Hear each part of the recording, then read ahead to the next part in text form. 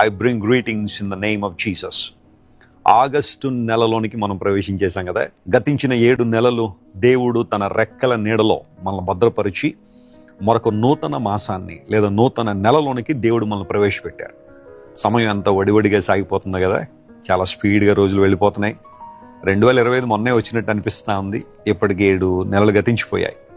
8వ నెలలో మనం ప్రవేశించాం. ఆగస్టు నెల మన జీవితాల్లో దీవెనకరంగా ఆశీర్వాదకరంగా ఉండాలని ప్రభువు ఆశిస్తున్నారు. ఆది నుండి దేవునికి ఆలోచన ఒకటే, మనందరం ఫలించాలా, మనందరం అభివృద్ధి పొందాలి, మనందరం కూడా అన్ని విషయాల్లో విస్తరించాలనేది దేవుని యొక్క ప్రణాళిక. అదే ఆయనకి ఇష్టం కూడా.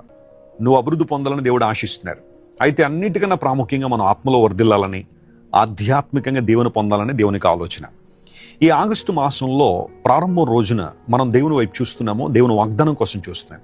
ప్రభు మన నుండి ఏం ఆశిస్తున్నారు అంటే, ఆయనతో సహవాసం చేయాలని, ఆయనతో ఒక అద్భుతమైన సంబంధాన్ని కలిగి ఉండాలని దేవుడు ఆశిస్తున్నారు. అదే ఆయన మన నుండి కోరుకుంటుంది.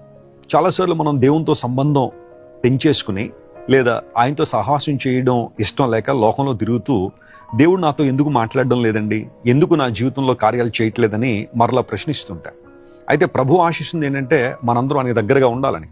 ఒకవేళ ఈ 7 నెలలు కూడా మీ జీవితంలో ఇష్టానుసారం జీవిస్తూ అటు ఇటు పరిగెత్తి దేవుని దూరంగా బ్రతకరేమో, అయితే ఇకనైనా ప్రభు వైపు తిరిగి ఈ ఆగస్టు మాసంలో దేవుని యొక్క పరిపూర్ణమైన అభిషేకాన్ని, ఆయన నడిపింపును, ఆయన తాకిడిని స్పష్టంగా మనం అనుభవిద్దాం.